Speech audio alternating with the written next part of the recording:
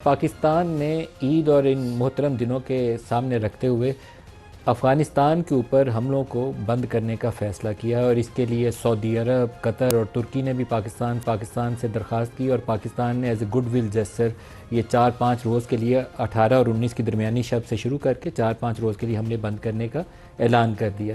لیکن اس دوران میں اگر افغانستان سائڈ سے پاکستان کے اوپر کوئی ڈرون سٹرائک ہوتی ہے یا کوئی ٹیررسٹ اٹیک ہوتا ہے تو پھر اس کا بھرپور جواب دیا جائے گا۔ اس ایشو کو ڈسکس کرنے کے لیے ہماری شخصیت ہیں سابق نگران وزیر اعظم سینیٹر انوار الحق کاکڑ صاحب۔ کاکڑ صاحب بہت شکریہ آپ ہمیں جوائن کر رہے ہیں۔ سر، افغانستان والے معاملے سے اسٹارٹ کر لیتے ہیں۔ As a good will gesture ہم نے روکے گئے ہیں، کیا آپ اس کے اوپر رد عمل دیتے ہیں؟ بہت خوش آئند بات ہے۔ خوش آئند اس سینس میں ہے کہ دیکھیں پاکستان نے اپنی ڈٹرمنیشن جو ہے نا وہ بڑے عرصے بعد یہ نیو نارمل کریٹ کر دیا ہے اور شو کیا ہے کہ پاکستان کے لیے سب سے اہم چیز کیا ہے۔ 25 کروڑ لوگوں کی جو سیکیورٹی ہے اس میں بسا اوقات میں پہلے بھی کہہ چکا ہوں کہ کچھ لوگ دشنام ترازی کرتے ہیں ریاست کی طرف، کچھ تعریف و توصیف کرتے ہیں۔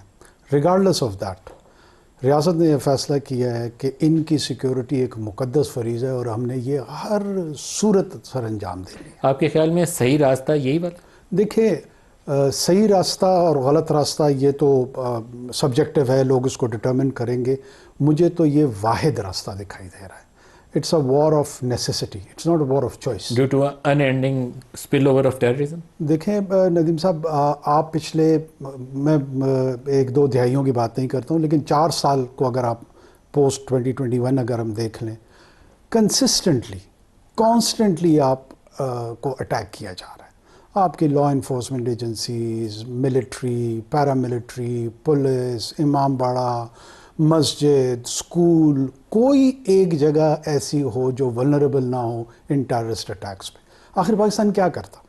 خاموشی سے مطلب اس کو ٹالریٹ کرتا جائے اور کسی قسم کا کوئی رد عمل نہ دے؟ اپنی قوم کے بیٹوں کا خون بلا وجہ بہانے کو کسی کو اجازت نہیں دینی چاہیے۔ آپ کو پوری قوت استعمال کرنی چاہیے اس کو جو بھی آپ کے پاس اویلیبل قوت، جو بھی اویلیبل ریسورسز ہے۔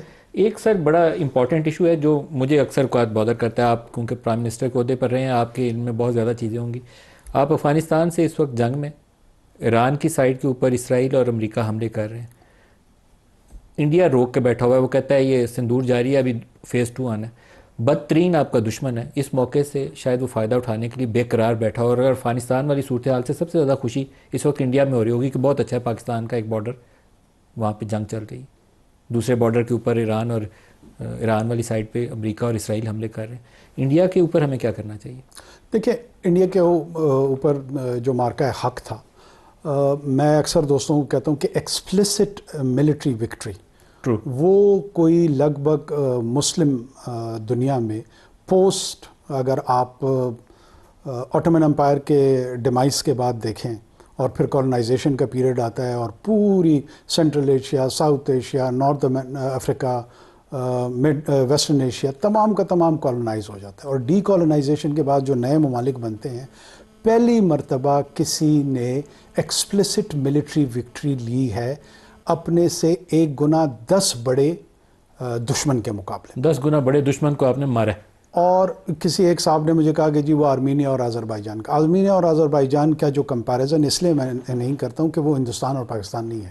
پاکستان کا ڈیفنس بجٹ لگ بھگ $9 بلین ہے، ہندوستان کا $90 بلین ہے، کوئی کمپیریزن ہی نہیں بنتا۔ اس طرح کی مینیفیسٹیشن کے ساتھ ایکسپلسٹ وکٹری پہلی مرتبہ اللہ نے ہمیں نصیب کی ہے، تو they have also learned their lesson. اور میرے خیال میں ہمارے ہاں جو اس کے ذمہ داران ہیں they are quite vigilant. Pakistan کی جو کیپیبلٹی ہے نا وہ ڈیمونسٹریٹ ہو گئی ہے، اور میرے خیال میں ہماری سیکیورٹی ایجنسیز نے یہ ہندیہ بھی دیا تھا اور بالکل درست اسسمنٹ ہے کہ ابھی تک آپ نے اپنی 10% آف کیپیبلٹی ڈیمونسٹریٹ کی ہے، جو 90% ہے نا وہ ابھی بھی ہڈن ہی ہے۔ سر بہت بدترین دشمن ہے وہ، آپ کی بلوچستان اور آپ کے کے پی والے سائڈ پہ جتنی بی ایل اے کو اور یہ جو ٹی ٹی پی والے سارے ہیں، ان کی پشت پناہی کے اوپر پیچھے وہ کھڑا ہے۔ اجیت دوول کی اسٹریٹجی ہے یہی، بالکل ٹھیک ہے۔ تو وہ آپ کی دہشت گردی پھیلا رہا ہے، وہ اس موقع کی طاق میں بیٹھا ہوگا کہ اس کو موقع ملے اور کوئی اور راستہ ڈھونڈے گا۔ میرے خیال میں ان کے پاس بھی واحد راستہ یہی ہے کہ وہ پراکسیز کو یوز کرے اور اوپن کنفرنٹیشن۔ میرے خیال میں شاید ان کی جتنی انوینٹری تھی براموس میزائل سے لے کر S-400 تک، تمام کی تمام کمپرومائز ہو چکی ہے. ویسے تو جتنی ان کی ایئر فورس کو مار پیٹی ہے، اگلے 10 سال انہیں دوبارہ اس طرح کا مس ایڈونچر نہیں کرنا چاہیے، لیکن آپ کو کچھ نہیں پتا، کچھ بھی دشمن کر سکتا ہے، انڈر ایسٹیمیٹ نہیں کرنا چاہیے. سر BLA کے حوالے سے بھی پوچھنا چاہوں گا، خواتین خودکش بمباروں کا استعمال، وہ اب اس کے اندر ایک ڈائمینشن ایڈ ہو گیا کچھ وقت سے، کیا کرنا چاہیے ہمیں؟ دیکھیں، سب سے پہلے تو ہمیں یہ اچھی طریقے سے ہمیں بھی اندازہ ہونا چاہیے اور باقی دنیا کو بھی اندازہ ہونا چاہیے کہ یہ پلے بک کہاں سے آ رہی ہے، یہ میتھڈالوجیز کہاں سے آ رہی ہے. یہ میتھڈالوجیز جو ہے نا وہ داعش اور القاعدہ کی ہے.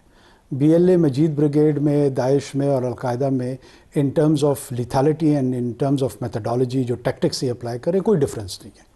بظاہر ہو سکتا ہے یہ سیکولر نظر آ رہے ہوں، وہ ریلیجس انسپائرڈ وائلنس کے تحت نظر آ رہے ہیں، لیکن اہداف دونوں کے مختلف ہوں گے. طریقہ کار انہوں نے ایک جیسا اپنا لیا کہ لیتھیلٹی بڑھاؤ اور ریڈیکلائز کر دو انڈیویجولز کو.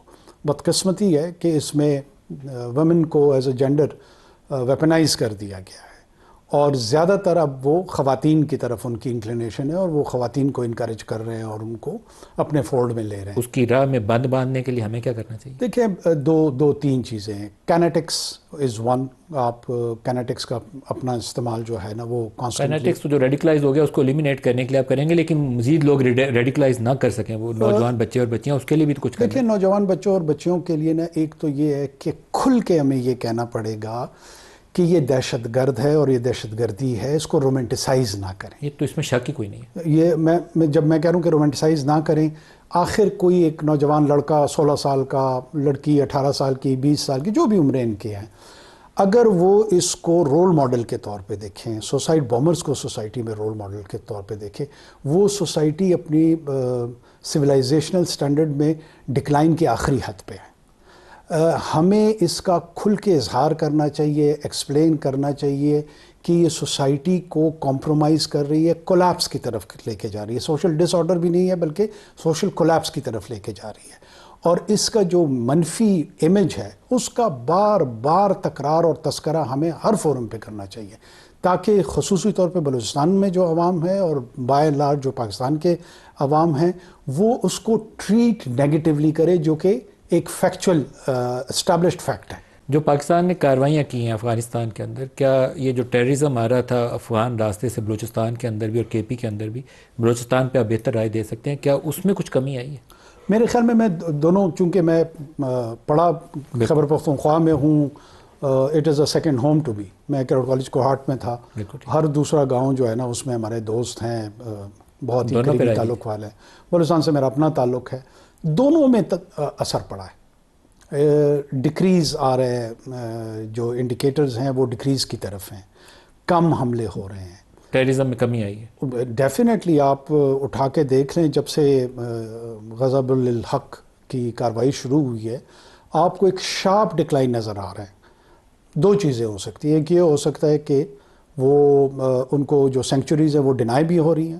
دوسرا یہ ہو سکتا ہے کہ وہ ری گروپنگ میں بھی لگ گئے. عام طور پر ایسے موقع پہ وہ پہاڑوں پہ چلے جاتے ہیں، ان کا گریلا وارفیئر کا یہی ٹیکٹکس طریقہ ہوتا ہے کہ وہ چلے جاتے ہیں، موقع دیں گے تو پھر آئیں گے، وہ سروائیو کرنے کی جو پرنسپل آف سروائیویبلٹی میں چلے جاتے ہیں اور پھر ری گروپ کرتے ہیں اور پھر کسی موقع پہ سامنے آتے ہیں. ایدر وے یہ میسج بڑا لاؤڈ اینڈ کلیئر ہو گیا ہے کہ پاکستان کا جو ٹالرنس لیول ہے وہ بالکل زیرو پہ آ چکا ہے، اور وہ کسی صورت اس جنگ سے پیچھے نہیں ہٹے گا. سر یہ جو ڈرون اٹیکس ہوئے ہیں، 2 اسلام آباد میں مار گرائے گئے، ایئر ڈیفنس سسٹم نے دونوں کو گرا دیا ہے. ایک اور میں نے سنا ہے لیکن وہ بھی مارا گیا ہے، وہ کسی اس سے ہیومن لاسز نہیں ہوئے.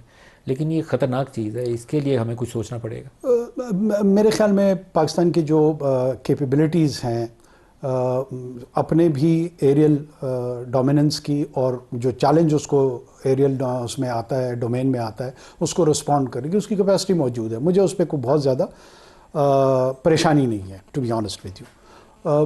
بات اصل جو ہے وہ یہ ہے کہ جو اس طرف اتھارٹیز اس وقت ہے، جو طالبان رجیم ہے، یہ اب ان کے لیے مقام آ گیا ہے کہ وہ یہ سوچیں کہ کیا یہ پالیسی ان کے لیے سسٹینیبل ہے، کیا وہ ابھی بھی ایک روگ ملیشیا ہیں یا ایک گورننگ باڈی ہے. وہ ٹرانسفارم ہو چکے ہیں ملیشیا سے ایک گورننگ باڈی میں. اس میں جو تفریق ہے وہ محسوس نہیں کر رہے ہیں یا ان کو ادراک نہیں ہو رہا. یہ ادراک ان کو بالآخر کرنا پڑے گا، سونر دا بیٹر. ایک لاسٹ کویسچن پوچھ لوں، کیا ہم افغان بارڈر کے ساتھ ساتھ کوئی بفر زون کریٹ کر سکتے ہیں مستقل بنیادوں پہ اس ٹیررزم والے مسئلے سے جان چھڑانے کے لیے؟ دیکھیں انٹرنیشنل بارڈر ہے، بفر زون جو ہے نا وہ بھی ایک آپشن ہوگا. We should remain open about any sort of solutions. میں تجویز یہ نہیں کروں کہ ہمیں کر دینے چاہیے.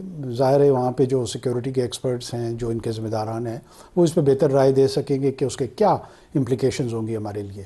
لیکن میسیجنگ جو ہے نا وہ سب سے زیادہ امپورٹنٹ ہے، اور میسیجنگ یہ ہے کہ نو مور ٹالریشن آف ٹیررزم.